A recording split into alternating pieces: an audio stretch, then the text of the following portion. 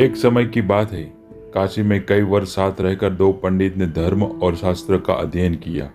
शिक्षा पूरी होने के बाद दोनों विद्वान अपने अपने गांव की ओर चल पड़े। तब यातायात के साधन तो थे नहीं।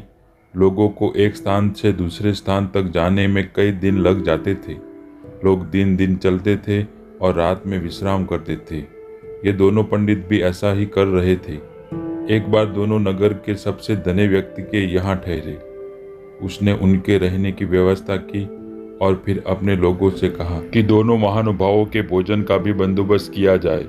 इस बीच समय पाकर धनी व्यक्ति दोनों के पास पहुंचा और उनसे चर्चा करने लगा। धनी व्यक्ति अनुभवी था। वह जान गया कि दोनों पंडित में बहुत ज्यादा घमंड है, साथ ही दोनों एक दूसरे को मूर्ख समझते हैं। उन्होंने दोनों से अलग अलग बात कर एक दूसरे के बारे में पूछा। जो जवाब मिले वो धनी व्यक्ति को दुखी कर गए। उसने मन में विचार किया कि ये दोनों काशी जैसी जगह पर वर्षों अध्ययन करके आए हैं, लेकिन एक दूसरे का सम्मान करना नहीं सीखा। ऐसे में भोजन का समय हो गया था। धनी व्यक्ति ने दोनों को बड़े आदरपूर्वक भोजन कक्ष में बुलाया। एक की थाली में चारा और दूसरे की थाली में भूसा परोसा। यह देखकर दोनों पंडित गुस्सा हो गए। गुस्से में आकर कहने लगे कि क्या हम जानवर हैं जो यह चारा और भूसा खाएंगे? धनी व्यक्ति होकर तुम हमारा अपमान कर रहे हो। यह लक्ष्मी द्वारा सरस्वती का अपमान है।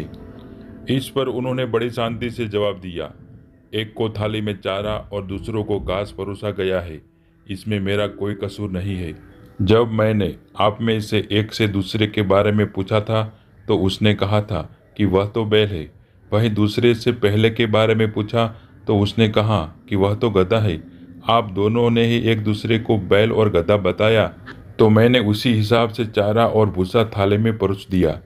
इतना सुनते ही दोनों ज्ञानियों की आंख खुल चुकी थी। उन्हें अपनी गलती का एहसास हो गया था। उन्होंने उनसे क्षमा मांगी।